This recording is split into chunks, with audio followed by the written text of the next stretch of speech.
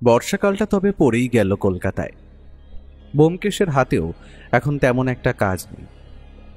সে এখন কোনো জটিল কেসের অপেক্ষায় দিন গুনছে। ওকে জিজ্ঞেস করলেই বলে, বুঝলে ভাইয়া, অনেকদিন ধরেই মনটা কেমন উসকুস করছে। কোনো একটা জটিল রহস্যের সমাধান না করতে পারলে না আমার মাথাটা না ঠিক খুলছে না। কিন্তু আজকাল আর সেরকম মাথা খাটানো অপরাধী আছে কোথায়? সবই তো ওই ছিচকে চোর, আর না হলে খুনের আসামি, খুন করে পুলিশের হাতে ধরা পড়ে যাওয়া পার্টি। শিক্ষিত মাস্টার মাইন্ডের প্রচন্ড অভাব। আমি বুঝলাম ব্যোমকেশ নিজের পেশাটিকে কাজে লাগাতে না পেরে বেজায় অলসভাবে দিন যাপন করছে। আমি আর কি করি, জানলার বাইরে তাকিয়ে আছি। কি সুন্দরী নাই বর্ষার দিনগুলো। শহর কলকাতার বড় বড় ইমারতগুলোর দামি আর জৌলুস রং আজ ফিকে বর্ষার এই বৃষ্টি সমস্ত কিছু ভিজিয়ে দিয়েছে। কাল সারা রাত বৃষ্টি হওয়ায় রাতের রাস্তার বাতিগুলো এই দিনের বেলায়ও কেউ আর নেভায়নি। আকাশে সবসময় যেন চলছে অজস্র কলরব আর কালো মেঘরাশির মেলা। আর বৃষ্টি এলে সবচেয়ে বেশি ভালো লাগে খিচুড়ি আর ইলিশ মাছ ভাজা। তাই আজ সকাল থেকে যখন ঝিরঝিরে বৃষ্টি নিয়ে আকাশ কালো করে এলো, তখন ব্যোমকেশ ওর কাজের টেবিলের উপর দুটো হাত রেখে ঘোষণার ভঙ্গিতে বলল, তোমার বৌঠানকে বলে দাও আজ দুপুরে মুগের ডালের খিচুড়ি আর ইলিশ মাছ ভাজা হোক আমাদের জন্য। সেটা হলে জমে যাবে। কি বলো ভাইয়া? আমি ব্যোমকেশের কথার উত্তর না দিয়ে জোর গলায় বললাম, বৌঠান, আজ জেলের কয়েদিদের শেষ ইচ্ছে হয়েছে খিচুড়ি আর ইলিশ মাছ খাবে। আমার কথা শুনে ব্যোমকেশ নিঃশব্দে সামান্য হাসল, তারপর বলল, আচ্ছা বন্ধু, তুমি যখন শেষ ইচ্ছার কথা বললে, তবে শোনো, প্রাচীন মিশরীয়দের অদ্ভুত কিছু পুজো ছিল, যাতে এক বা একাধিক জীবিত মানুষকে তারা তাদের দেবতার সামনে অর্পণ করত। সোজা ভাষায় বলা যায়, সেই সময় তারা দেবতাকে তুষ্ট করতে ওই মানুষটির প্রাণ উপহার স্বরূপ দেবতাকে দিত। বেশিরভাগ সময় এই ঘটনার শিকার হতো ছোট বাচ্চা, শিশুরা অথবা ষোড়শী মেয়েরা। ওদের শরীরে কোনোভাবে আঘাত না হেনেই অজান্তেই বিষ প্রয়োগ করে মেরে ফেলা হতো। আর মৃত্যুর দিন গ্রহ নক্ষত্র দেখে আগেই ঠিক করা থাকত। আর এটাও জানা যায়, মিশরীয়রা সেই মানুষটির মৃত্যুর আগে তার শেষ ইচ্ছা স্বরূপ তাকে শেষ কয়েকদিন ভালো ভালো খাবার দিত, পড়ার জন্য দামি অলংকার দিত। তারপরই গ্রহ নক্ষত্র দেখে সঠিক দিন উপস্থিত হলে তাকে দেবতার সামনে মৃত্যু দিয়ে উৎসর্গ করা হতো। সেই সময় অনেকের মমি পাওয়া গেছে যাদের মৃত্যু এমনভাবে ঘটেছে। আর যেহেতু মিশরীয়রা তাকে দেবদূতের চোখে দেখত, তাই তার মৃত্যুর পরেও তার দেহ ওইভাবে মমি করে রাখা হতো। প্রচুর হায়ারোগ্লিফিক লেখাতে এই ঘটনার স্পষ্ট উল্লেখ মিলেছে। সত্যি অদ্ভুত ব্যোমকেশের জ্ঞান। ওর সাথে থাকলে কত না দেশ বিদেশ ইতিহাসের কত ঘটনা জানতে পারা যায়। তবু একটা ব্যাপারে আমার খটকা থেকে গেল। আমি বললাম, তার মানে তুমি কি বলতে চাইছো বলো তো? আমাদের শেষ ইচ্ছে পূরণ। আমার কথাটা শেষ হওয়ার আগেই বৌঠানের কথা শোনা গেল। কোনো কাজ বাজ তো নেই, তাই বসে বসে খালি বাবুরা পা দোলাবে আর ফরমাইশ করবে। বলি, তুমিও তো এখন ফাঁকা সময় বাড়ির কাজে একটু হাত লাগাতে পারো গো। বলিহারি তোমাদের, ঠাকুরপোর থেকে অন্তত এইটা আশা করা যায় না। আমি বুঝলাম বৌঠান হয়তো আমাদের কথোপকথন কিছুটা শুনেছে, তাই এমন মনোভাব। দরজা দিয়ে ঢুকে সে আমায় উদ্দেশ্য করে বলল, ঘরে তো ইলিশ মাছটা নেই, তবে মাছ ভাজাটা কি করে হবে শুনি? আমার আজ খিচুড়ি আর ইলিশ মাছ ভাজাই চাই, এর অন্যথা হবে না। ইলিশ মাছ ভাজা খেতে হলে বাজার থেকে মাছটা নিয়ে আসতে হবে, এই আমি বলে রাখলাম। বলেই বৌঠান রান্নাঘরের দিকে চলে গেল। তবে দুপুরে খেতে বসে কিন্তু দেখলাম ব্যোমকেশেরই জয় হয়েছে। গরম খিচুড়ি, আলু ভাজা, ইলিশ মাছ ভাজা আর সর্ষে ইলিশ। ব্যোমকেশ হাত ঘষতে ঘষতে একটা অদ্ভুত শব্দ করে বলল, এই না হলে ভারতবর্ষের গৃহ আইন, যতই বন্দী হোক না কেন তার ইচ্ছেরও দাম দেওয়া হয়। আমি বৌঠানের উদ্দেশ্যে বললাম, তুমি যে বললে বাড়িতে মাছ নেই? ছিল নাই তো, নেহাত রামু কাকা বাজার থেকে নিয়ে এলো তাই। বাহ রামু কাকা, তোমার জবাব নেই। সেই তো, আর আমি যে হাত পুড়িয়ে রান্না করলাম তার বেলায় কিছু নেই। ব্যোমকেশ ইলিশ মাছ ভাজা একটা কামড় দিয়ে বলল, ঠিক ঠিক, তোমার হাতেও জাদু আছে, এই জন্যই তো তোমায় এতটা ভালোবাসি। এরপর দুপুরের খাওয়াটা আমাদের বেশ ভালোই জমল। শুধু জমলো বললে ভুল হবে, বৌঠানের হাতের রান্নার গুণেই হোক কিংবা খিদের জন্যই হোক, খেয়ে যখন উঠলাম বুঝলাম বাড়াবাড়ি রকমের খাওয়া হয়ে গেছে। দুপুরের ভাত ঘুমটা একটু বেশি হয়ে গেছিল। যখন উঠলাম তখন প্রায় সন্ধে। কাকা ততক্ষণে আমাদের চা দিয়েছে। চা খেতে খেতে ব্যোমকেশের সাথে কথা হচ্ছিল। ঠিক এমন সময় কাকা এসে জানালো, দাদাবাবু সেই পুলিশ সাহেব এইছেন, তোমার সাথে দেখা করতে চাইছেন। দাসবাবু বোধ করি, পাঠিয়ে দাও। বেশি দেরি লাগলো না, কারণ ঘরে হন্তদন্ত হয়ে যিনি ঢুকলেন তিনি দাসবাবুই বটে। আর ঘরে ঢোকার সময় তার কপাল দিয়ে যতটা ঘাম বেরোতে দেখলাম, সহজেই বোঝা যায় তিনি দাঁড়ায় আছেন আর কিছু বলার জন্য সবিশেষ উত্তেজিত। এমনিতেই লোকটার শরীরটা একটু বেশি ভারী। যদি কোনোদিন রেসের মাঠে ভদ্রলোক দৌড়ান, তবে ওনার আগে ওই বড় ভুঁড়িটাই প্রথম হবে। তবে ব্যোমকেশবাবু, বলছি কি, হাইলি সাসপিসিয়াস ব্যাপার। এখন গেলে হয়তো সচক্ষে দেখতে পাবেন ব্যাপারটা। পুলিশ ইতিমধ্যে তদন্ত শুরু করে দিয়েছে। আমি এই ডিউটি দিয়ে ফিরবো বলে বেরিয়েছি, তার মধ্যে আসে খবরটা। আর কেসটা হয়েছে আমার থানার এলাকায়, তাই ভাবলাম আপনাকেও নিয়ে যাই। আপনার হাতেও তো তেমন কোনো কেস নেই, চলুন না আমার সাথে।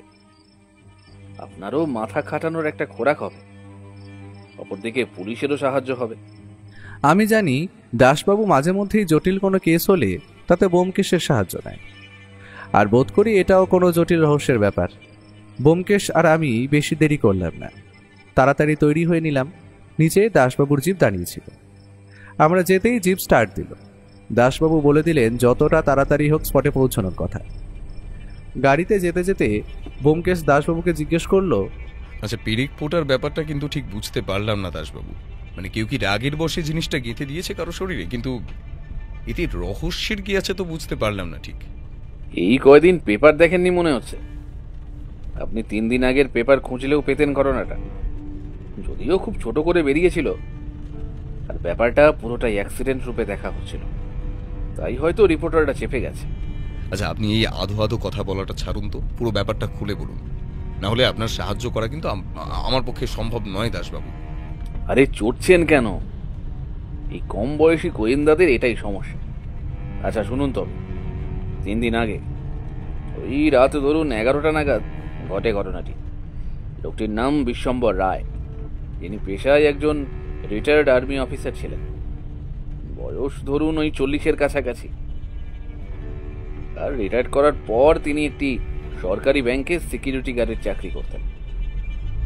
তিনি যখন বাইকে করে রাতে ফিরছিলেন, তখন ঘটে ঘটনাটি। একটি অতি দ্রুত মালবাহী লরির সাথে সংঘর্ষ হয় লোকটির। গাড়ির সাথে ধাক্কা লাগার সাথে সাথেই শরীরটি থেতলে যায়, আর বাইকটি ছিটকে পড়ে অপর পাশে। শরীরে এমন বাজেভাবে ধাক্কা লেগেছে যে তার দেহ দেখে শনাক্ত করা যায়নি। পরে গাড়ির ডিটেলস আর পাওয়া কিছু পরিচিত পত্র দেখে শনাক্ত করা হয়। তবে সবচেয়ে আশ্চর্যের কি জানেন ব্যোমকেশবাবু? লোকটাকে যখন পুলিশ ডিসকভার করে, তখন ওর গলায় পাওয়া যায় একটা গেঁথে থাকা শার্প পেরেক। পেরেকটা গলায় ঠিক এমন মাছ বরাবর ঢুকেছে যে সাধারণ কোনো মানুষের হলে তৎক্ষণাৎ তার মৃত্যু ঘটত সেই পেরেকের আঘাতে। তবে যেহেতু অ্যাক্সিডেন্টের কেস, পেরেকের ব্যাপারটা চেপে যাওয়া হয়। তবে আজ সেমভাবে একটা লোকের গলায় পেরেক বিঁধে যাওয়ার কারণে মৃত্যু ঘটেছে। বাকি আপনি গেলেই বুঝতে পারবেন আশা করি। ঘটনাটা ঘটেছে তাও কটা আন্দাজ? ওই ধরুন সন্ধ্যার দিকে। ততক্ষণে বোধ করি অন্ধকার নেমে গেছিল। আর কোনটা ঘটেছে এমন একটা জায়গায় সেটা পুরোপুরি শুনশান এলাকা। বেশি একটা লোক রাতের বেলা সেই এলাকা দিয়ে চলাচল করে না। আর আমার মন বলছে এটা খুন। আর আমার ডিপার্টমেন্টের একজন অফিসার এমন একটা অদ্ভুত তথ্য জানালো যে আমি শুনেই তো অবাক। কারণ 2টি মৃতদেহের পাশ থেকেই নাকি উদ্ধার হয়েছে একটি সবুজ রঙের ছাতার উপরের কাপড়ের অংশ। তার মানে আপনি বলতে চাইছেন ছাতার পুরো অংশ না, শুধু উপরের কাপড়ের অংশটা, তাই তো? দাসবাবু মাথা নেড়ে সম্মতি দিলেন। একদমই তাই। আপনি এখন গেলেই দেখতে পাবেন। তবে এখন অন্ধকার হয়ে গেছে, রাতের বেলা একটু অসুবিধা হবে মনে হচ্ছে। তবে আমি উপযুক্ত লাইটের বন্দোবস্ত করতে বলেছি। সত্যি বলতে জায়গাটা দূরেই বুঝতে পারলাম, কারণ আমাদের ঘড়ি বলছে প্রায় 7:30-এর কাছাকাছি। পৌঁছতে পৌঁছতে লেগে গেল প্রায় 8টার কাছাকাছি। জায়গাটা একটা হাইওয়ের উপর। রাস্তায় স্ট্রিট লাইট থাকলেও অপেক্ষাকৃত এই জায়গাটায় লাইটের পরিমাণ অনেকটাই কম। দাসবাবুর আগে 4টে জিপ আগে থেকেই সেখানে দাঁড়িয়েছিল। সেইগুলোর আলোতে এই জায়গাটা স্পষ্ট, আর সাথে যোগ হয়েছে পুলিশের হাই পাওয়ারের টর্চ। আসলে আমি আর ব্যোমকেশ বহু কেসে মৃতদেহ দেখতে গেছি তদন্তের জন্য, কিন্তু রাতের বেলা অন্ধকারে এই প্রথম। সত্যি বলতে আমি ভেবেছিলাম যে হালকা ভিড় হয়তো থাকবে, কিন্তু ফাঁকা রাস্তা হওয়ার দরুন এখানে কিছুই নেই। মার্ডার স্পটে চারিপাশে এদিক ওদিক ইতস্তত ছড়িয়ে রয়েছে কয়েকজন পুলিশ। মৃতের শরীরের চারপাশে সাদা রঙের ডেট মার্ক দিয়ে ঘিরে রাখা হয়েছে। ব্যোমকেশকে দেখলাম প্রথমেই নেমে লাশটার কাছে চলে গেল। তারপর হালকা নিচু হয়ে সে বডিটাকে মন দিয়ে দেখতে লাগলো। আমি এবার সামনে গিয়ে দেখলাম বছর 35-এর একজন ভদ্রলোক। লোকটার মুখে অবস্থান করছে কাঁচা পাকা খোঁচা খোঁচা দাড়ি। হাইট প্রায় 6 ফুটের কাছাকাছি হবে, সহজেই আন্দাজ করা যায়। লোকটাকে আমরা দেখছি, এমন সময় একজন পুলিশ এগিয়ে এসে আঙুল দেখিয়ে দিয়ে বলল, ব্যোমকেশ বাবু, এই দেখুন, গলার কাজটা ভালো করে লক্ষ্য করুন, এখানে একটা পেরেক গেঁথেছে। ব্যোমকেশ আরেকটু কাছে গিয়ে দেখে বলল, ও মাই গড, এতটা ডিপ যখন পেরেকটা গেছে, সুতরাং বলা যায় প্রচন্ড পরিমাণে ফোর্স দিয়ে এটা এখানে প্রবেশ করানো হয়েছে। আর এতটা মাঝ বরাবর, তাই সহজে আন্দাজ করা যায়। পেরেকটা গলায় ঢোকার সঙ্গে সঙ্গেই রক্তক্ষরণ হয়, আর তৎক্ষণাৎ গলা দিয়ে শব্দ করারও টাইম পায়নি লোকটা। তার আগেই যন্ত্রণাতে মৃত্যু ঘটেছে লোকটার। আমিও দেখলাম মৃতদেহটা। ব্যোমকেশ ভুল কিছু বলে।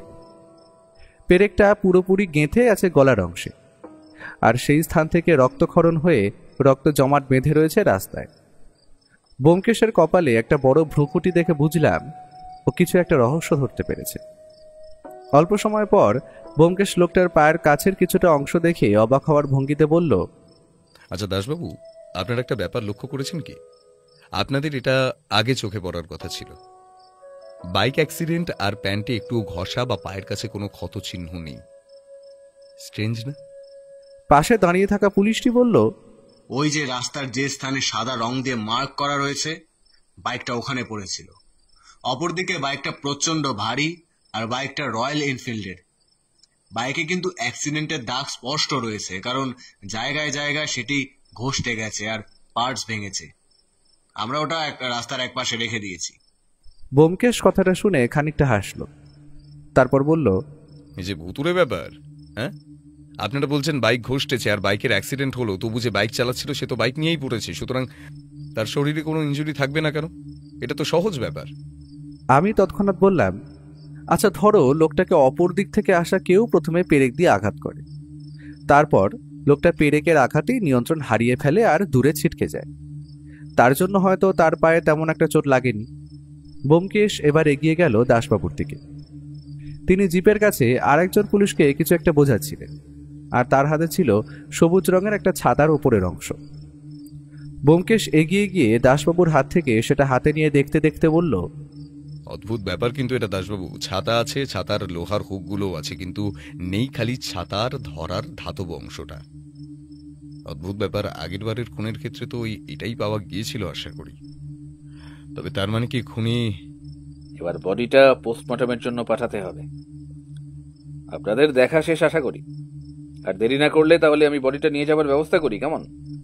অবশ্যই তাড়াতাড়ি করুন, তবে আপনার কাজ হলো রিপোর্ট আসার সঙ্গে সঙ্গেই আমায় ইনফর্ম করা, কেমন? আমার মন বলছে পুরো ব্যাপারটা যতটা সাধারণ দেখাচ্ছে ততটা সাধারণ নয়।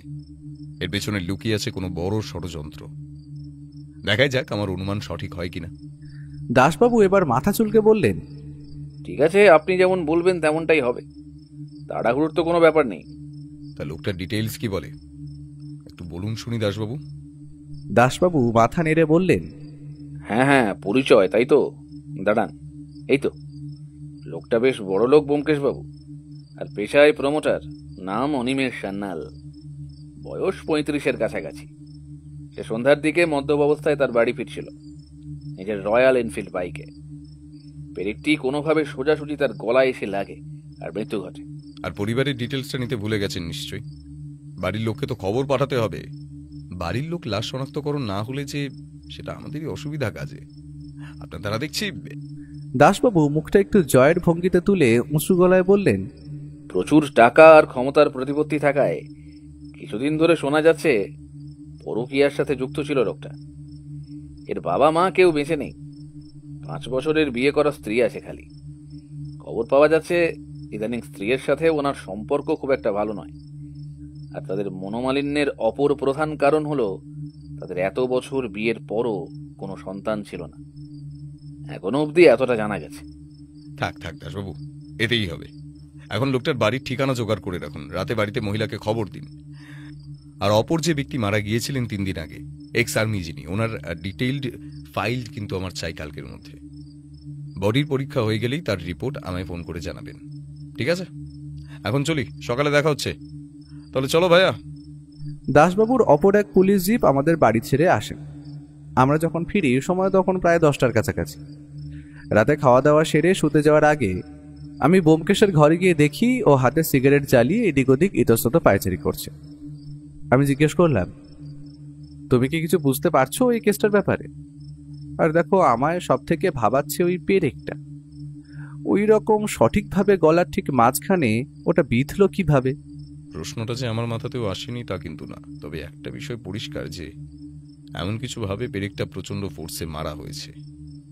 ধরো যদি কেউ লোকটাকে আক্রমণ করে, এই পেরেক দিয়ে খুন করার চেষ্টা করে, তবে কিন্তু লোকটা বাধা দেবে বা ধস্তাধস্তির চাপ থাকবে, সেটা কিন্তু নেই। আমি একটু ভেবে বললাম, আর বাইকটা কিন্তু ভালোভাবেই ঘষটেছে। তার জায়গায় জায়গায় ভাঙা আর রং চটে যাওয়াটা তারই প্রমাণ।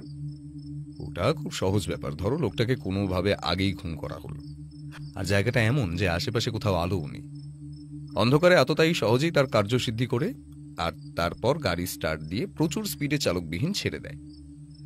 এইভাবে সহজেই ওরকম ক্ষতি সম্ভব। আর রাস্তাটাও ফাঁকা, ওইদিকে খুব একটা গাড়িও চলাচল করে না। আর ওই যে সবুজ ভাঙা ছাতার ব্যাপারটা, তুমি তো ওটা নিয়ে এসেছিলে না? ছাতাটা আর একটা সাধারণ ছাতার মতো, শুধু তার ওপরের অংশটা আছে, কিন্তু ওটাকে ঠিক ভাঙাও বলা চলে না। আমি খুঁটিয়ে দেখেছি, কোথাও কোনো ভাঙা নেই, খালি নিচের হোল্ডারটা গায়েব। বড়ই অদ্ভুত ব্যাপার তো। কেসটা কিন্তু দেখে খুব কঠিন মনে হচ্ছে। সে কঠিন হোক না, আমি আর তোক্কা করি না। এই মাথা যতদিন আছে আমি চেষ্টা করে যাব। আর একটা না, পরপর 2টো খুন হয়েছে, এটা কিন্তু আমাদের মাথায় রাখতে হবে। ঠিক আছে, আজ ঘুমিয়ে পড়ো, কাল বেরোতে হবে, অনেক কাজ আছে।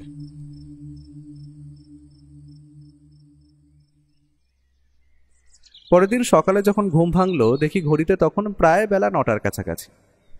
ব্যোমকেশ সকাল সকাল আমায় ডাকিনি, এটা দেখে প্রচণ্ড অবাক হলাম। আমি বৈঠকখানায় গিয়ে দেখি ও তখন কার সাথে টেলিফোনে কথা বলতে ব্যস্ত। শেষের দিকে বলতে শুনলাম যে 12টায় আমরা যাচ্ছি। আমি একটা বড়সড় হাই তুলে বললাম, তা আমরা আজ কোথায় যাচ্ছি? ও একটা সিগারেট ধরিয়ে সোফায় বসতে বসতে বলল, সকালে প্রথমে আমরা 10টার দিকে যাচ্ছি এক্স আর্মি অফিসার বিশ্বম্ভর বাবুর বাড়িতে। ওনার অ্যাক্সিডেন্ট হয়েছে, তাও 4 দিন হতে চলল, তাই এখন ওখানে একটু শোকের ছায়া কমেছে আশা করি।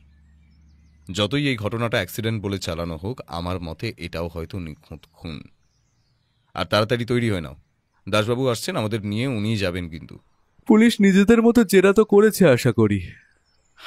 তাতে কি, আমার কাজ আমাকে করতে হবে, আর এখানে ওদের বয়ান নেওয়াটা সব থেকে মূল্যবান কাজের মধ্যে পড়ে। কিন্তু আমি যতটা শুনেছি, ওনার বাড়িতে এখন উপস্থিত মোটে 2 জন, আর ওনার নিজের বোন আর অপরজন হলেন ওনার প্যারালাইজড বাবা। তাই ওই ভদ্রলোকের সাথে কথা বলে কিছু হবে বলে তো মনে হয় না। মহিলাই যতটা সাহায্য করতে পারেন। দেখা যাক না, শুধু তো ওখানেই নয়, একটু ন্যাশনাল লাইব্রেরি যেতে হবে কিছু তথ্য সংগ্রহ করতে। তরিৎ জেঠুর থেকে এই ব্যাপারে জানা ভালো লোক নেই আশা করি। আমি আগে একটু বলে রাখি, তরিৎ জেঠু কিন্তু আমাদের নিজেদের কোনো জেঠু নন। তিনি বাবার এক বন্ধু, ন্যাশনাল লাইব্রেরিতে চাকরি করেন। তবে লোকটার জ্ঞান অনেক, আর অদ্ভুত একটা নেশাও আছে। তা হলো খুব দরকারি কিছু খবর লাইব্রেরিতেই নিউজ কাটিং করে বড় বড় ডায়েরিতে জমায়। আজ থেকে 25 বছরের মধ্যে কোনো ঘটনা থাকলেও সেটা যদি গুরুত্বপূর্ণ হয়ে থাকে, সেটা তরিৎ জেঠুর নখও দর্পণে। আমরা সকালের খাওয়া দাওয়া শেষ করে হালকা জামা কাপড় পরে তৈরি হয়ে নিলাম। তার মধ্যে নিচে ভারী জিপের হর্নের আওয়াজ কানে এলো। বুঝতে পারলাম দাসবাবু এসে পড়েছেন, আমাদের জন্য নিচে অপেক্ষা করছে। আমরা ঠিক 35 মিনিটের মাথায় কলকাতার জ্যাম কাটিয়ে একটি একতলা বাড়ির সামনে পৌঁছলাম। দাসবাবু জিপে বসেই বললেন, বাড়ির অবস্থা দেখে কি বুঝতে পারছেন মশাই? রিটায়ার্ড আর্মি অফিসার, তবে টাকা তো ভালোই থাকার কথা ছিল। তারপর আবার এখন ব্যাংকে সিকিউরিটি গার্ডের চাকরি করতেন। তবে বাড়ির অবস্থা এতটা শোচনীয় হবার কারণটা তো বুঝলাম না। দাসবাবু হেসে বললেন, আমি বুঝিয়ে দিচ্ছি।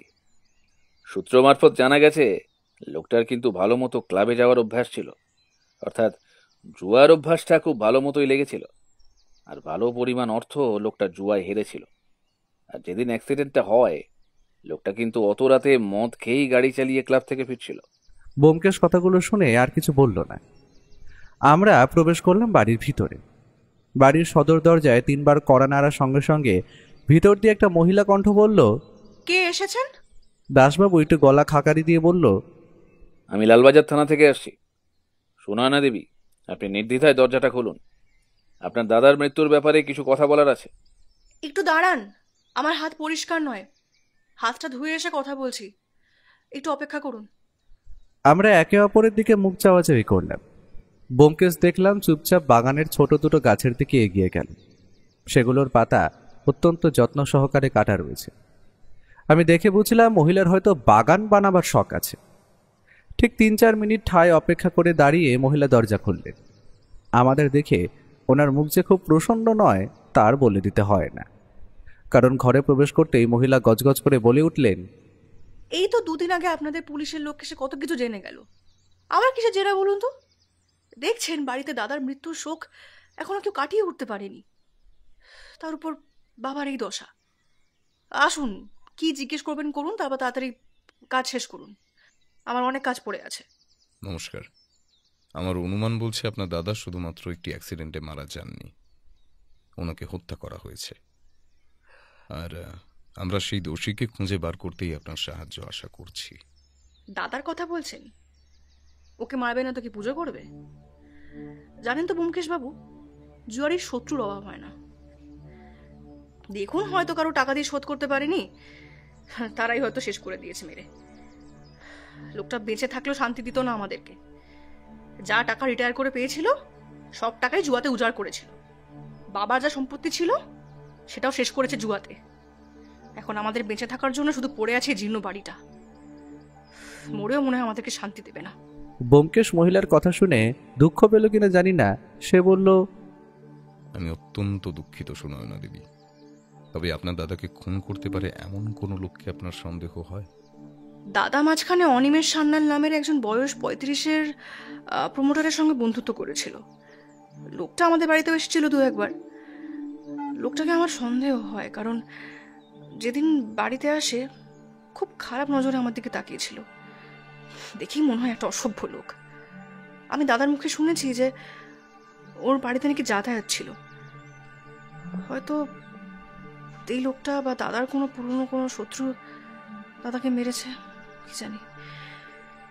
তবে দাদার অ্যাক্সিডেন্টটা তো বাজেভাবে হয়েছে যে শরীরটাকে শনাক্ত করা যায়নি। আমার মনে হয় না এটা নিছক কোনো খুন। এটা তো সত্যি একটা অ্যাক্সিডেন্টও হতে পারে। আপনার বাবার ঘরে কি একবার যেতে পারি? মানে ওনাকে একটু দেখতে চাই, যদি হয় একটু কথা বলেও দেখতে পারি। না না, বাবা এখন অসুস্থ, এখন কথা বলতে পারবে না। প্যারালাইসিসের পর থেকে উনি বিছানায় শয্যাশায়ী হয়ে আছেন। আর তাও যা বলেন একেবারে আঙুলের ইশারায় গোয়ানির শব্দে বলে। আপনারা একবার দেখে চলে আসতে পারেন। ওনাকে বিরক্ত করা ডাক্তারবাবু পুরোপুরি না করেছেন। আমরা উঠে পড়লাম। পাশের একটা ছোট ঘর দেখিয়ে মহিলা আমাদের সেই দিকে নিয়ে গেলেন। আমরা ঘরে প্রবেশ করতে বুঝতে পারলাম অগোছালো ঘর, এদিকে ওদিকে ছড়িয়ে রয়েছে সব ওষুধপত্র আর কিছু কাপড় চোপড়। কিন্তু সব থেকে অবাক হলাম এটা দেখে যে বিছানার ওপর যে ভদ্রলোক শুয়ে আছেন তাকেই কলকাতার গরমেও গায়ে চাদর চাপিয়ে শুয়ে রাখা হয়েছে। লোকটার শরীরের চামড়া প্রায় কুঁচকে গেছে, মুখে পাকা সাদা রঙের খোঁচা খোঁচা দাড়ি, বোঝাই যায় অনেকদিন দাড়ি কামানো হয়নি। আর লোকটা প্রায় 6 ফুটের কাছাকাছি লম্বা হবে। বয়স তো আন্দাজই 60-65-র বেশি হলেও অবাক হব না। আমাদের আসতে দেখে লোকটা কেমন যেন চঞ্চল হয়ে উঠেছিল, কিন্তু কিছু বলতে পারছে না যেন। খানিকক্ষণ ব্যোমকেশের দিকে একদৃষ্টে তাকিয়ে থাকার পর লোকটা চাদরের তলাতেই একটু গো গো শব্দ করছিল দেখে সুনয়না দেবী বললেন, শুয়ে পড়ো বাবা, ওরা এক্ষুনি চলে যাবে। আপনারা এবারে চলে আসুন, বাবার জন্য বেশি উত্তেজনা ভালো না। ব্যোমকেশ কিন্তু ঘরটা ছেড়ে বেরোবার আগে এগিয়ে গেল ইতস্তত ছড়িয়ে রাখা ওষুধগুলোর দিকে। সেখানে একটা প্রেসক্রিপশন পড়ে আছে, ও সেটায় বেশ ভালো করে চোখ বুলিয়ে নিল। তারপর ওষুধের পাতাগুলো একটা একটা করে হাতে নিয়ে দেখল। তারপর আমরা ঘর ছেড়ে বেরিয়ে এলাম। সুনয়না দেবী বললেন, আপনাদের যা জানার ছিল আশা করি জানা হয়ে গেছে। দয়া করে আমাদেরকে বারবার বিরক্ত করবেন না। যে মানুষটা চলে গেছে সে তো আর ফিরে আসবে না। আর আমি আর দাদার ব্যাপারে কোনো কথা বলতে চাই না, বিশ্বাস করুন। খুন, অ্যাক্সিডেন্ট, যা ইচ্ছে হয় তাই করুন। বলে মহিলা দরাম করে মুখের ওপর দরজাটা বন্ধ করে দিল। আমরা বাগানটা পেরিয়ে গিয়ে উঠলাম দাসবাবুর জিপে। বেলা এতক্ষণে প্রায় 11টার কাছাকাছি। দাসবাবু বললেন, কি মশাই, চা খাবেন নাকি? চলুন, সামনে একটা ভালো চায়ের দোকান আছে। কলকাতা শহরে চায়ের দোকানের অভাব নেই মশাই, তবে ধীরুর দোকানের চা খেলে তার স্বাদ মুখে লেগে থাকবে। আমরা কেউই আপত্তি করলাম না, আর এটার কারণ আমি জানি। ও ন্যাশনাল লাইব্রেরিতে তরিৎ জেঠুর কাছে যাওয়ার সময় 12টা, তাই ও একটু সময়টা কাটিয়ে নিতে চাইছে। চায়ের দোকানে গরম গরম ধোঁয়া ওঠা চায়ের কাপে চুমুক দিতে দিতেই দাসবাবু বললেন, তাকে বুঝলেন মশাই? আগের খুনটা আর এই খুনটার মধ্যে কোনো সম্পর্ক আছে নাকি? আমার তো দুটো খুনই আলাদা লোক করেছে বলে মনে হলো। আর প্রথমটা খুন না অ্যাক্সিডেন্ট, সেটা নিয়ে আমার সন্দেহ বিস্তর মশাই। ধরুন, যদি আমি এখন বলি এই সুনয়না দেবী অনিমেষ সান্যালের খুনি, আপনি মানবেন? এ কি বলছেন আপনি ব্যোমকেশ বাবু? এই মহিলা, এ অসম্ভব। কিছুই অসম্ভব নয় দাসবাবু। মহিলা কি বলল? অনিমেষ সান্যাল কিন্তু ওদের বাড়িতে আগে এসেছিল, আর সে ওনাকে খারাপ নজরে দেখত। হয়তো বিশ্বম্বর লোকটা অনিমেষের থেকে টাকা ধার নিয়েছিল, আর ধরুন এই বিশ্বম্বর লোকটাকে টাকার বিনিময়ে খুন করায় অনিমেষ সান্যাল, তবে কেমন হয়? আর দাদার খুনিকে অপরাধের শাস্তি কে না দিতে চায় দাসবাবু? আমি তৎক্ষণাৎ বলে উঠলাম, এটা হতেও পারে, কারণ ধরো অনিমেষ লোকটার তো চরিত্রের দোষ ছিল। হয়তো সে দাদাকে মেরে ওর বোন সুনয়না দেবীকে কাছে পেতে চেয়েছিল, আর বিশ্বম্ভর বাবুকে মারলে তার এই উদ্দেশ্যে সফল হওয়ার রাস্তা তো ফাঁকা হয়ে যেত। কিন্তু আর একটা প্রশ্ন তবে তো থেকেই যায়, একজন মহিলা হয়ে তিনি ওই রাতের বেলা অন্ধকার রাস্তায় খুনটা করতে পারল? ও আমার মাথায় হাত বুলিয়ে দিয়ে বলল, এক্স্যাক্টলি, আমি এটাই বলতে চাইছিলাম। তবে খুনটা সুনয়না দেবী নিজে না করে হয়তো অন্য কাউকে দিয়েও করাতে পারে। সবকটা প্রশ্নের উত্তর পাওয়া দরকার। আমাদের চা খাওয়া মোটামুটি শেষ। দাসবাবু বললেন, তা মশাই, আপনারা বাড়ি যাবেন তো? আমি গাড়ি করে ছেড়ে দিই?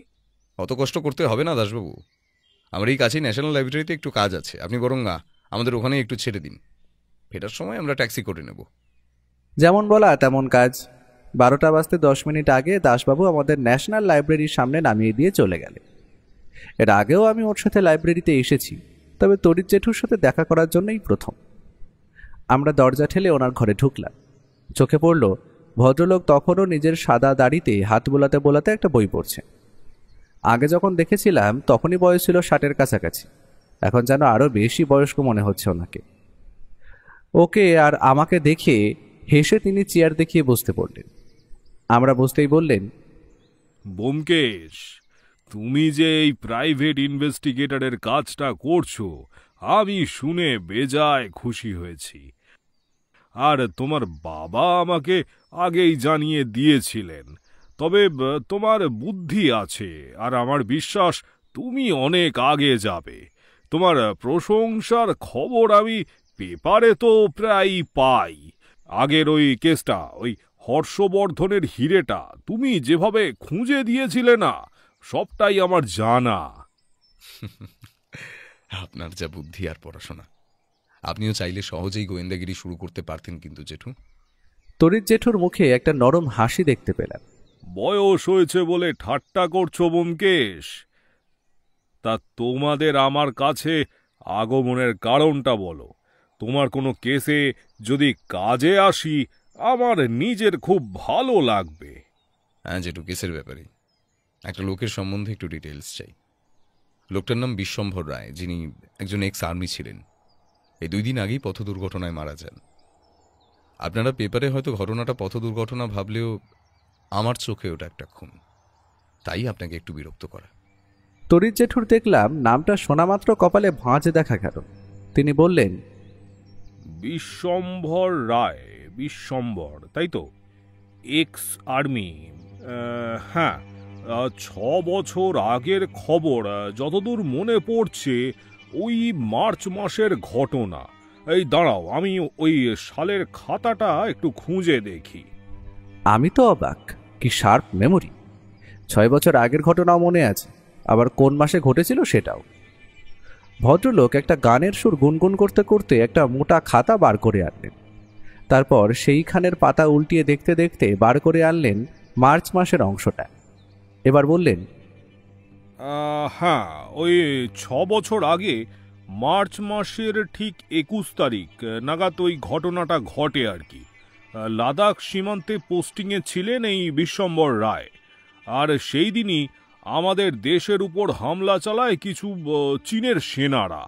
সেখানে ডিউটিরত অফিসাররা সেই ঘটনার চার্জ নেন। তারপর গোলাগুলিও চলে। একদিনে 7 জন ভারতীয় সেনা শহীদ হন। তবে এই বিশ্বম্ভর লোকটা মারা না গেলেও গুরুতর জখম হয়েছিল। এই যে দেখো, নামও দেওয়া আছে। তবে একটা বড় সড়ো ইনজুরি হয় লোকটার, তা হলো ডান হাতের বুড়ো আঙুলে শত্রুদের একটা গুলি লাগার কারণে ওটা কেটে বাদ দিতে হয়। আর তোমরা জানো, শরীরের ক্ষতি হলে সেই সৈনিক যুদ্ধের জন্য অনুপযোগী, তাই ওনাকে সসম্মানের সাথে অবসর দেয় ভারতীয় সেনাবাহিনী। খবরের কাগজ যেটা বলছে তোমাদেরকে আমি তা জানিয়ে দিলাম ব্যোমকেশ। এর বেশি খবর আমার জানা নেই। ও মাথা নেড়ে বলল, অসংখ্য ধন্যবাদ জেঠু। তুমি যে আমার কি উপকার করলে তা জানো না, এতটা তথ্যই যথেষ্ট। তবে এখানে লেখা আছে সেনাবাহিনীতে ওই বিশ্বম্বর রায়ের টিপ ছিল অব্যর্থ, সাথে বাঁ হাতে সে বন্দুকও চালাতে পারদর্শী। দারুণ লোক বলতে হবে। পরে মনে হয় ওই আর্মি থেকে রিটায়ার্ড করে অন্য কোথাও চাকরি পেয়ে গিয়েছিলেন। হ্যাঁ, উনি ব্যাংকে সিকিউরিটি গার্ডের চাকরি করতেন। তরিৎ জেঠু কথাটা শুনে একটু উদাস হয়ে বললেন, ভাবো ব্যোমকেশ, ভাবো, যে লোকটা যুদ্ধে গিয়ে বীরভাবে চৈনিক সেনাবাহিনীকে ধ্বংস করল, তার একটা অঙ্গ বাদ যাবার কারণে কতটা লস হলো, কতটা মানসিক ইনজুরি হলো ওনার। আর মিলিটারি মেজাজ থেকে সোজা সিকিউরিটি গার্ডের চাকরি, কতটা হতাশ হতে হয় মানুষকে তার জীবনে। ভাবো ব্যোমকেশ। ব্যোমকেশ সম্মতি জানালো। উঠে দাঁড়িয়ে নমস্কার জানিয়ে বলল, অসংখ্য ধন্যবাদ জেঠু। আপনি না থাকলে এতগুলো অদ্ভুত তথ্য আমার জানা বাকি থেকে যেত। আচ্ছা, আবার যদি দরকার পড়ে আমি কথা দিলাম আপনার কাছে আসব। ভালো থাকবেন। আমরা যখন বাড়ি ফিরলাম তখন প্রায় বেলা 1টার কাছাকাছি। খাওয়া দাওয়া শেষ করে একটা ভালো মতো ভাত ঘুম দিলাম। ও আগেই বলেছিল যে আমরা বিকেল বিকেল নাগাদ অনিমেষ সান্যালের বাড়িতে যাব। সন্ধ্যা তখন ওই 6টার কাছাকাছি। কলকাতা শহরে যান চলাচল করছে সর্বত্র। কারা যেন অজান্তেই রাস্তায় ল্যাম্পপোস্টগুলো জ্বালিয়ে দিয়ে গেছে। আমি বললাম, ট্যাক্সি নেবে নাকি? তার দরকার পড়বে না, বেশি দূরে নয়, আমাদের বাড়ি থেকে মিনিট 20 হাঁটার পথ। গল্প করতে করতে পৌঁছে যাবে। তাই চলো তাহলে। আজ ফুটপাতে বেশি ভিড় নেই, তাও বর্তমান গাড়ির হর্নের আওয়াজ, পাশ দিয়ে যাওয়া বাসের কন্ডাক্টরের চিৎকার, ওপাশ দিয়ে ফেরিওয়ালার শব্দ, সব মিলিয়ে কিন্তু কলকাতা তার জায়গাতেই আছে। রাস্তায় বাতিগুলো জ্বলে গেছে। ও আর আমি পথ ধরে হাঁটছি। মামাই বলল, চলো ভাইয়া, একটা গলির ভেতর দিয়ে যাওয়া যায়। একটু অন্ধকার হবে ঠিকই, কিন্তু তাড়াতাড়ি পৌঁছে যাবে। সত্যি বেশ সময় কমই লাগলো। আমরা সেই রাস্তা পেরিয়ে বড় রাস্তায় পড়ার সাথে সাথেই আমাদের চোখে পড়লো এক পেল্লায় দোতলা বাড়ি। বাড়ির গেটটাই অনেক বড়। একটা পাহারাদার গেটে বসে আমাদের দেখেই তাড়াতাড়ি গেট খুলে দিল। বাড়ির দরজা অবধি সেই আমাদের এগিয়ে দিল। বেশ বড় একটা বাগান বাড়ি অবধি চলে গেছে। তার মাঝখানে পাথর বিছানো রাস্তা। সেইখানে একটা সাদা রঙের অ্যাম্বাসেডার গাড়ি দাঁড়িয়ে আছে। ও এগিয়ে গিয়ে ডোরবেল টিপতেই সামনে একটা চাকর এসে দরজা খুলে দিল আর আমাদের নিয়ে গেল একটা বসার ঘরে। চাকরটা আমাদের বসতে বলেই চলে গেল, সাজানো বহু সুন্দর সুন্দর মূর্তি আর ফুলদানি দিয়ে। বোঝা গেল অনিমেষ সান্যালের পয়সার অভাব ছিল না, আর ওনার স্ত্রী বোধ করি ঘর সাজানোর শখ আছে। মহিলা এখন সত্য বিধবা হয়েছেন। আমাদের সাথে কেমনভাবে কথা বলবেন আমি সেটাই ভাবছি। আমাদের আর কিছুক্ষণ অপেক্ষা করিয়ে ওপরে সিঁড়ি দিয়ে নেমে এলেন সাদা কাপড় পরিহিতা অনিমেষ সান্যালের সদ্য বিধবা হওয়া স্ত্রী। মহিলা আমাদের দেখে বললেন, আপনারা বসুন এখানে, চা বলি। পুলিশ আমাকে ফোন করে বলেছিল যে আপনারা আসবেন, কিন্তু বুঝতেই তো পারছেন আমি এখনো অতটা প্রস্তুত নই আপনার উত্তর দেওয়ার জন্য। না না, আপনাকে বিব্রত করার মতো কিছু প্রশ্ন আমরা করব না। তবে ওনার ব্যাপারটা যেহেতু খুন, তাই এটা আমায় করতেই হবে। প্রত্যক্ষ দোষীকে খুঁজে বার করতে। মহিলা মাথা নেড়ে বললেন, দেখুন, যদি খুনের কথা বলেন, ও যে খুন হতে পারে তা আমি আগে থেকেই জানতাম। মানুষটা বিয়ের 2-3 বছর আগে সাধারণ থাকলেও ধীরে ধীরে কয়েক বছরে যেন পশুতে পরিণত হয়েছিল। আপনার কাউকে সন্দেহ হয় যে আপনার স্বামীকে হত্যা করতে পারে, অথবা কোনো শত্রু? দেখুন, ধনী মানুষের শত্রু সর্বত্র। আমি খালি এইটুকু বলবো, ও বাড়িতে না জানি বহু জায়গায় টাকা দিয়ে রেখেছিল, তাও ছোটখাটো পরিমাণ না, বেশ বড় সড়ই। তাই যে কেউই যাতে টাকা না শোধ করতে হয়, ওকে হত্যা করা এদেরই কাজ মনে হয়। আপনার কথা শুনে মনে হচ্ছে এই মৃত্যুতে আপনি অতটাও শোকাহত হননি বা কম হয়েছেন। এটার কারণ কি জানতে পারি? মহিলা মাথা নিচু করে বললেন, মানুষ না, আমি ঘর করছিলাম একটা পশুর সাথে। সারাদিন কাজ করতো, তারপর রাতে ক্লাবে গিয়ে জুয়া খেলে টাকার শ্রাদ্ধ করতো। বেশিরভাগ দিন মদ খেয়ে অন্য মেয়ে মানুষের সাথে রাত কাটিয়ে ঘরে ফিরতো, আর ফিরে এসে আমাকে মারধর থেকে অশ্রাব্য ভাষায় গালিগালাজ। এমন একটা মানুষ মরলে কি আর কষ্ট হয়? আর ওনার এমন মনোভাবের কারণ? কারণ তো একটাই, প্রথমে বিয়ের কয়েক বছর আমাদের মধ্যে সব কিছু ঠিক ছিল, প্রেম, ভালোবাসা, টাকা পয়সা, বাড়ি, কিছুর অভাব ছিল না। কিন্তু কয়েক বছর কাটার পর যখন সে জানতে পারলো আমি ওকে কোনোদিন সন্তান সুখ দিতে পারবো না, তবে থেকে এইসব কাণ্ড। আর কিছু আলাদা তথ্য আপনি আমাকে বলতে পারবেন মিসেস সান্যাল? আমার একটা লোকের ওপর সন্দেহ হয় যে এই খুনটা করতে পারে। বিশ্বম্ভর রায় নামক একটা লোকের সাথে ওর ভালোই সম্পর্ক তৈরি হয়েছিল কয়েকদিন আগেই। বোঝেন তো, জুয়ারির বন্ধু জুয়ারি হবে না, তা তো আর সম্ভব না। ঠিক আছে মিসেস সান্যাল, আজ আমরা উঠি। তবে অন্য কোনো অজানা তথ্য মাথায় এলে আমাদের ফোন করে সাহায্য করবেন। তারপর আর আমরা সেইখানে বসি, নমস্কার জানিয়ে বেরিয়ে পড়লেন। বেরোনোর আগে মহিলা আমাদের বললেন, আপনারা ফিরবেন কিসে? ট্যাক্সি ডেকে দেব? ও হাসি মুখে বলল, না না, এর কোনো দরকার নেই, আমরা চলে যাব, আমাদের কাছেই বাড়ি। আমরা আবার হাঁটতে শুরু করলাম। পরে বুঝেছিলাম মহিলার পরামর্শটা মেনে নিলে হয়তো ভালোই করতাম। আমরা আবার বড় রাস্তা পেরিয়ে আবার সেই গলির পথেই গেলাম। আগের বার আসার সময় বেশ তাড়াতাড়ি হয়েছিল। আমি ওকে প্রশ্ন করলাম, আচ্ছা কি বুঝলে তুমি? ওনার কথা শোনার পর মনে হচ্ছে মহিলা বিশ্বম্ভর রায়ের মৃত্যুর ব্যাপারে হয়তো কিছুই জানেন না। আর লোকটা তো মরে গেছে, তাই ওনার ওপর সন্দেহ করাটা অযৌক্তিক নাকি? ও নিজের মনে কিছু বিড়বিড় করতেই যাচ্ছিল। আমার কথা শুনে বলল, একটা সোজা জিনিস মাথায় আসছে না আমার। বিশ্বম্ভরের বোন সন্দেহ করে অনিমেষ সান্যালকে, আর অনিমেষ সান্যালের স্ত্রী সন্দেহ করেন বিশ্বম্ভরকে। কেসটা এতটাই অদ্ভুত যেন আমার মাথাটাতে সেটা আরো বেশি করে জট পাকিয়ে যাচ্ছে। আচ্ছা একটা ব্যাপার ভাবো, ধরো ওই মহিলাই কোনো লোক দিয়ে অনিমেষ সান্যালকে খুন করায়। মোটিভ, লোকটা মহিলার উপর দারুণ অত্যাচার করত, আর সে মরলে সব সম্পত্তির মালকিন এমনিও তিনি হতেন, আর সেটার প্রমাণ আমরা আজই পেলাম। কিন্তু তার স্বামীর মৃত্যুতে তিনি অতটা শোকাহত নন। কিন্তু ও চলতে চলতে আমার পিঠে চাপড় মেরে বলল, সাবাস, এটাও হতে পারে। আমিও ব্যাপারটা ভেবে দেখেছি, হলেও তা হতে পারে। আচ্ছা তুমি সুনয়না দেবীকেও সন্দেহ করছো? আমার তো মনে হলো না যে তিনি এসবের মধ্যে জড়িয়ে আছেন বলে। এখানে কাউকেই বিশ্বাস করা যায় না। অনেক খুনের কেস দেখলাম, এটা একটু বেশি ঘোরালো বলে মনে হলো আমার, জানো তো। আমরা এগোচ্ছি গলির একটা অন্ধকার অংশ দিয়ে। সব জায়গায় অল্প স্বল্প আলো থাকলেও সেই জায়গাটা একটু বেশি অন্ধকার। আমরা সেইখান দিয়ে এগিয়ে যাব, এমন সময় হঠাৎ করে সামনে একটা বড় ডাস্টবিন চোখে পড়লো আমাদের। তার চারপাশে বড় ময়লার স্তূপ। সেইখান দিয়ে ভেসে আসছে একটা গোঙানির শব্দ। ও বোধ করি শব্দটা শুনেছে, তাই এক পা করে আমরা সেই দিকে এগিয়ে গেলাম। কেউ যেন গোঙানির শব্দে বলছে, বাঁচাও বাঁচাও, আমি মরে যাব, আমি মরে যাব, যদি কেউ থাকো আমি বাঁচাও। আমি তৎক্ষণাৎ ওর মুখের দিকে চেয়ে বললাম, এই হয়তো কারো আমাদের সাহায্যের দরকার আছে, চলো এগিয়ে যাই, যদি কোনোভাবে লোকটা সাহায্য করে প্রাণটা বাঁচানো যায়। আমি প্রথমে কাছে এগিয়ে গেলাম লোকটার দিকে। হঠাৎ করেই ওর দিক থেকে ভেসে এলো একটা তীব্র চিৎকার। ভাইয়া, কাছে যাবে না লোকটার, সরে যাও ওখান থেকে। আর সঙ্গে সঙ্গে একটা তীব্র ধাক্কা অনুভব করলাম শরীরে। আর ধাক্কা খাওয়ার সাথে সাথে এই অন্ধকারে মিশে থাকা লোকটাকে আবছা দেখতে পেলাম।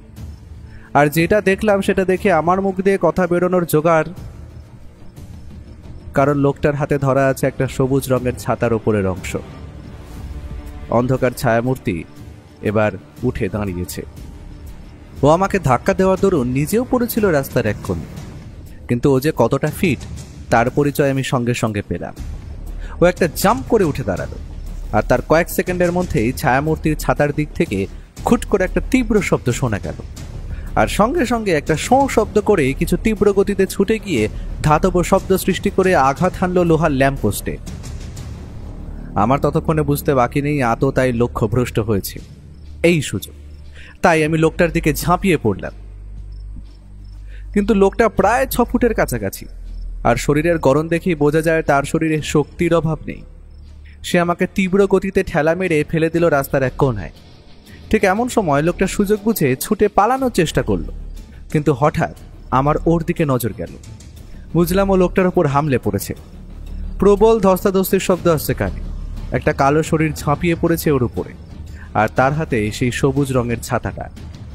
আমি অন্ধকার লক্ষ্য করে দেখলাম লোকটাকে একটা মোক্ষম প্যাচ দিয়ে ধরাশায়ী করলো, কিন্তু একটা আচমকা ছাতার লোহার অংশটার আঘাত পড়ার সাথে সাথেই ও মাটিতে, আর সেই ফাঁকে লোকটা ছাতাটা নিচে ফেলে তীব্র গতিতে ছুটে পালালো। আমি ওর দিকে এগিয়ে গিয়ে বললাম, হেই, তুমি ঠিক আছো তো? ওর হাতের উপর হাতটা রেখে একটু জখম হওয়া জায়গায় হাত বুলিয়ে হাসতে হাসতে বলল, আসল খুনি যে আমাদের হাতেই সেটা এখন সহজেই আন্দাজ করতে পারছি। লোকটা কি সেটা ঠাউর করাও এখন আমার জন্য অতি সহজ। মরা লোকও জীবিত হতে পারে তাহলে। আমি কিছুই বুঝতে পারলাম না যে ও কি বলতে চাইল। ওর মাথায় যে কিছু চলছে সেটা ও ছাড়া কেউ জানে না। আমি এবার এগিয়ে গেলাম নিচে পড়ে থাকা সবুজ ছাতাটার দিকে। সেটা তুলে নিয়ে আমরা এগিয়ে গেলাম। গলিটা দিয়ে এগিয়ে গিয়ে পড়লো বড় রাস্তা, আর সেখানে একটা ট্যাক্সি আগে থেকেই দাঁড়িয়েছিল। আমরা উঠে বসতেই গাড়িটা চলতে শুরু করলো। আমরা এগিয়ে চললাম বাড়ির পথে। পথে ওর মুখটা দেখলাম গম্ভীর, মানে ও কিছু একটা নিয়ে চিন্তা করছে। বাড়িতে খাওয়ার টেবিলেও কিছুই বলল না। আমি জানি এখনও নিজেকে ডুবিয়ে দেবে নিজের ভাবনার জগৎ। ওর মনে এখন চলছে হাজারো প্রশ্নের ঝড়। খাওয়া দাওয়া শেষ করে যখন ওর ঘরে গেলাম, তখন ও নিজের মনে একটা সিগারেট জ্বালিয়ে টেবিলের ওপর রাখা ছাতাটা ভালো করে দেখছে। আমায় কাছে দেখে সেটা মুখের সামনে তুলে বলল, ভালো করে দেখো, এই যে ছাতার সবুজ রঙের অংশটা, অর্থাৎ যেটা কাপড়ের অংশ, সেটা কিন্তু এই দারুণ অস্ত্রকে লুকোনোর কাজ করত। আর এই যে বলে ওপরের অংশটা খুলে পাশে রাখতেই বেরিয়ে এলো ছাতার নিচের লম্বা ধাতব অংশ, আর সেটার নিচে একটা ধাতব বোতাম চোখে পড়ল। ও কোথা থেকে জানি না এটা পেরেক জোগাড় করেই রেখেছিল। ধাতব নলের মতো অংশ দিয়ে সেটা প্রবেশ করিয়ে বন্দুকের মতো সেটা ঘরের একটা দেওয়ালের দিকে তাক করে বোতামটা টিপে দিল, আর সঙ্গে সঙ্গে সেটা খুট শব্দ করে পেরেকটা প্রচন্ড তীব্র গতিতে বিঁধে গেল দেওয়ালে। ঘটনাটা নিজের চোখে দেখে আমি তো অবাক। ও বলল, ভেবে দেখো লোকটা কত বড় মাস্টার মাইন্ড। এই ধরনের অস্ত্রর কথা আমরা কখনো কল্পনাও করতে পারি না, আর এটা সে একটা ছাতার মধ্যে লুকিয়ে খুনগুলো করলো। আমি হঠাৎ করেই ওকে প্রশ্নটা করেই বসলাম, আচ্ছা, যে লোকটা এইরকম অস্ত্র বানাতে পারে সে তো আর একটাও আগে থেকে বানিয়ে রাখতে পারে, তাই না? আর সে তো আমাদের হাত থেকে ছাড়া পেলেও এবার অন্য কারো উপর আঘাত আনতে পারে। আমার কথা শোনার সাথে সাথেই ও কি যেন একটা ভেবে ক্ষোভে ফেটে পড়ে বলল, সেটা বুঝতে আমার এতটা দেরি হয়ে গেল। লোকটাকে আমার বাঁচাতেই হবে, না হলে ও শেষ করে ফেলবে। ও ঝড়ের গতিতে বেরিয়ে গেল ড্রয়িং রুমের দিকে, আর সঙ্গে সঙ্গে একটা নাম্বারে ফোন করে জানিয়ে দিল, হ্যাঁ হ্যালো দাসবাবু, আমি অনির্বাণ বলছি। হ্যাঁ, খুব জরুরি দরকার। হ্যাঁ, ইমিডিয়েটলি একটা ফোর্স তৈরি করে ডক্টর অধিকারীর বাড়ির সামনে পাহারা বসান। লোকটা আজ রাতে সেফ নয়, চারিদিকে নজর রাখতে বলবেন আপনার পুলিশ বাহিনীকে। কিন্তু পারলে লোকটার বাড়িতে আপনার ফোর্স যেন এই টুলির মতো লেগে থাকে। এই কেসে এর থেকে বড় কোনো সাক্ষী হতে পারে না। আপনি আজ রাতটা লোকটাকে রক্ষা করুন, আমি কথা দিলাম আসামি আপনার হাতে থাকবে। আমি ওর কথা শুনে হকচকিয়ে গেলাম। ওকে এতটা কনফিডেন্সের সাথে কথা বলতে আমি কখনো দেখিনি। সেই রাতটা কি প্রবল উত্তেজনার মধ্যে কাটিয়েছি আমি বলতে পারবো না, কিন্তু সকাল 10টা বাজার সাথে সাথেই বাইরে 3টে জিপের শব্দ শুনতে পেলাম। 2টো জিপে 10 জনের উপর পুলিশ আছে, অপরটায় আমরা আর 1 বছর 35-এর ভদ্রলোক আছেন। দাসবাবুর কথায় বুঝলাম ইনি হলেন ডক্টর রাজেন অধিকারী। গাড়িটা যে বিশ্বম্ভর রায়ের বাড়ির দিকে চলেছে আমি তা সহজেই অনুমান করতে পারলাম। বাড়ির কাছে পৌঁছতেই গাড়ি থেকে নেমে আমরা সোজাসুজি চলে গেলাম বিশ্বম্ভর রায়ের চেনা পরিচিত বাড়ির সামনে। আজ সুনয়না দেবীর দরজা খুলতে সময় লাগলো না। এতজন লোককে আর পুলিশকে একসাথে দেখে হয়তো তিনি ঘাবড়ে গেছে। আপনারা এতজন এখানে, আর কি বাকি আছে আপনাদের? হ্যাঁ, মানে মানুষকে কি শান্তিতে থাকতে দেবেন না নাকি? মহিলার কণ্ঠস্বর যেন কেঁপে কেঁপে উঠতে লাগলো। আমি বুঝলাম মহিলা ভয় পেয়েছে। আবার চিৎকার করে বলে উঠলেন, চলে যান, এক্ষুনি বাড়ি থেকে আপনারা চলে যান। আমি আর কিছুতেই এই হয়রানি বরদাস্ত করব না। ও কোনো কথা না শুনে এগিয়ে গেল বৃদ্ধ বিশ্বম্ভর রায়ের বাবার ঘরের দিকে। ও হাসি মুখে পাশের একটা চেয়ারে বসে বলল, নিন দাসবাবু, আপনার আসামি। ওর আর পালানোর উপায় নেই, তবে বন্দুকটা তাক করে থাকুন। লোকটার কাছে একটা অদ্ভুত অস্ত্র থাকলে অবাক হব না। আমি বুঝতে পারলাম না ও কি বলছে। এটা কি সঠিক? এটা কেমন করে হতে পারে? একজন 65 বছরের বৃদ্ধ যে ঘর ছেড়ে উঠতে অবধি পারে না, সে কিভাবে খুন করবে, তাও দুইজনকে? খুন তো হয়েছে, তবে দুটো নয়, একটাই। বলে ও যে এমন একটা কিছু করবে তা আমরা স্বপ্নেও কল্পনা করতে পারিনি। বৃদ্ধ ভদ্রলোক আজও চাদরের তলাতেই শুয়েছিল, কোনো সারা শব্দ নেই। সুনয়না দেবী চিৎকার করে বললেন, কি করছেন কি? দেখুন, আমার অসহায় বাবাকে আপনারা ছেড়ে দিন। আপনাদের কোথাও ভুল হচ্ছে। আমি কিন্তু এবার নিজের হাতে অস্ত্র তুলতে বাধ্য হব। ও হাসতে হাসতে পকেট থেকে একটা সিগারেট বার করে আনলো। তারপর সেটা জ্বালাবার জন্য একটা দেশলাই কাঠি জ্বালালো। প্রতিটা মুহূর্ত যেন আমাদের নিঃশ্বাস তখন থেমে গেল, কারণ চোখের সামনে আমরা দেখতে পেলাম জ্বলন্ত দেশলাই কাঠিটাও ছুড়ে দিল বিছানার চাদরের ওপর। সঙ্গে সঙ্গে বিছানার চাদরের ওপর দাউ দাউ করে আগুন ধরে গেল। হালকা আগুন লাগার সাথে সাথেই আমরা দেখতে পেলাম একটা অদ্ভুত কাণ্ড। 65 বছরের প্যারালাইসিসের রোগী যে কিনা বিছানা ছেড়ে উঠতে পারে না, সে তরাক করে বিছানা ছেড়ে লাফিয়ে উঠল। আগুন ধরা কাঁথাটা মেঝেতে ছুঁড়ে ফেলে লোকটা আক্রমণ করলো ওর দিকে, আর সঙ্গে সঙ্গে পরপর 4-5টা বন্দুক উঠে এলো ওনার দিকে। স্পষ্ট দেখা যাচ্ছে লোকটা প্রায় 6 ফুটের কাছাকাছি লম্বা, আর লোকটার হাত দেখলে হয়তো লক্ষ্য করা যাবে তাতে ডান হাতের বুড়ো আঙুলটা নেই। পুলিশ ততক্ষণে সুনয়না দেবীকে আর বিশ্বম্ভর রায়কে অ্যারেস্ট করে ফেলেছে। ও দাসবাবুকে বলল, কালপিট কিন্তু আর একজন বাকি আছে দাসবাবু, কারণ মিসেস সান্যাল এই বিশ্বম্বরের সঙ্গে ভালোবাসার সম্পর্কে জড়িয়ে পড়েছিলেন, তাই সেই সবদি দুজন মিলেই খুন করেন মিস্টার সান্যালকে। তুমি কখন বুঝতে পারলে যে বিশ্বম্ভর জীবিত? ও সিগারেটে একটা টান দিয়ে উত্তর দিল, কাল রাতে কালো অন্ধকার ছায়ামূর্তিকে আমি বাঁ হাতে ওই অদ্ভুত অস্ত্রটা ধরতে দেখেছিলাম। তবে বুঝতে পারি যখন একটা ঘুষি খাই ওর হাতের। মানুষ সর্বদা ঘুষি মারলে বুড়ো আঙুলের সাপোর্ট লাগে, এটা জানবে। আর যে ঘুষিটা আমার মুখে পড়লো তাতে কোনো জোর নেই।